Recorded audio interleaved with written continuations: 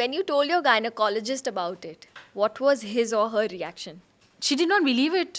Actually मुझे gynaecologist को भी बोलने में शर्म ही आ रही थी because she was the first third person that I spoke.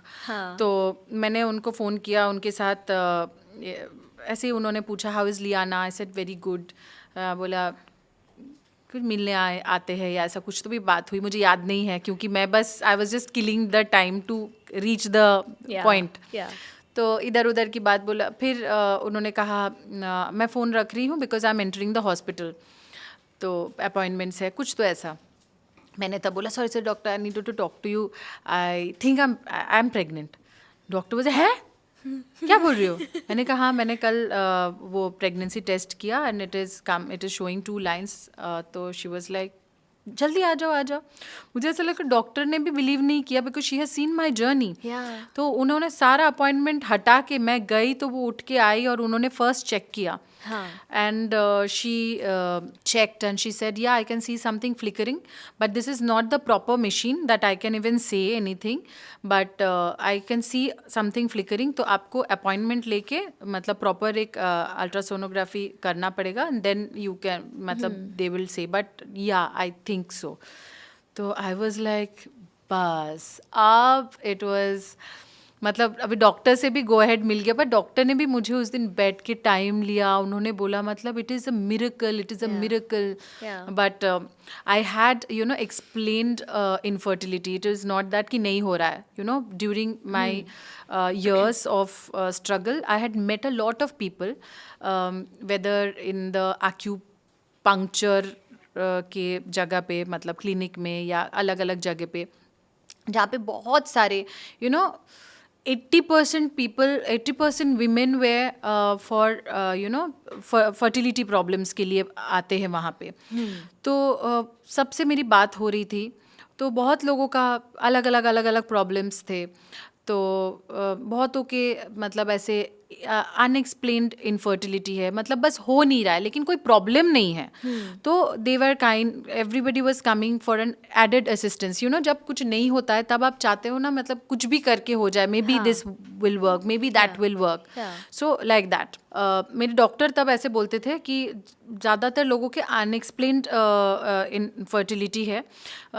तो एक्चुअली उन लोगों में कोई प्रॉब्लम नहीं है, लेकिन जब यू नो कंसीव हो जाएगा तो मतलब कोई एक जन क्रेडिट ले लेगा कि हमने कर दिया या इसने ये किया है तो इसलिए हो गया.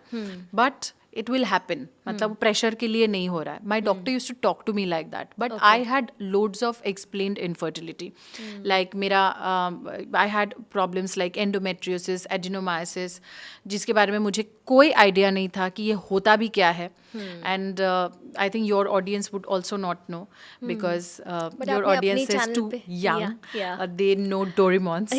So I think those Doraemon audience should know that during my research time, I found out that 90% of women these days suffer from PCOD, endometriosis, adenomyosis. PCOD के बारे में फिर भी लोगों को बहुत पता है क्योंकि बहुत लोगों को पता है.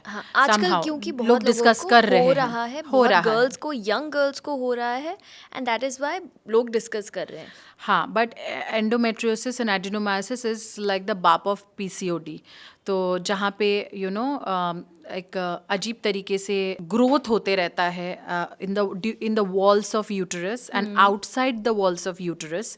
तो जो ब्लीडिंग होता है during those 4 days of the month, तो वो यूटरस के अंदर नहीं, यूटरस के वॉल के अंदर ब्लीडिंग होता है and sometimes outside of the uterus bleeding होता है. So that is endometriosis and adenomyosis.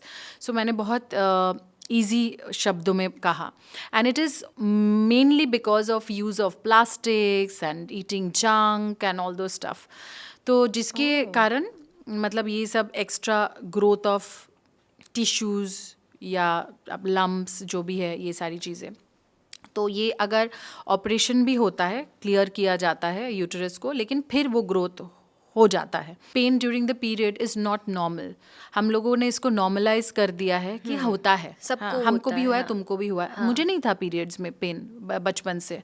I had a very pain free period और मैं उस टाइम पे वर्कआउट भी करती थी. तो I started getting it a few years back. And that's when now if I think back, I know that it is maybe from that time that I started getting all these problems. So खैर तब मुझे पता चला कि ये सारी चीज़ें हैं मेरे साथ. सो डॉक्टर ने तब बोला कि you have all those things, और वो सब एलिमिनेट तो नहीं हुआ है. सो Still you got pregnant. still you got pregnant, and your body has done it. Now you have to be very very careful, and this that, and the uterus is also not ready to have a baby immediately after.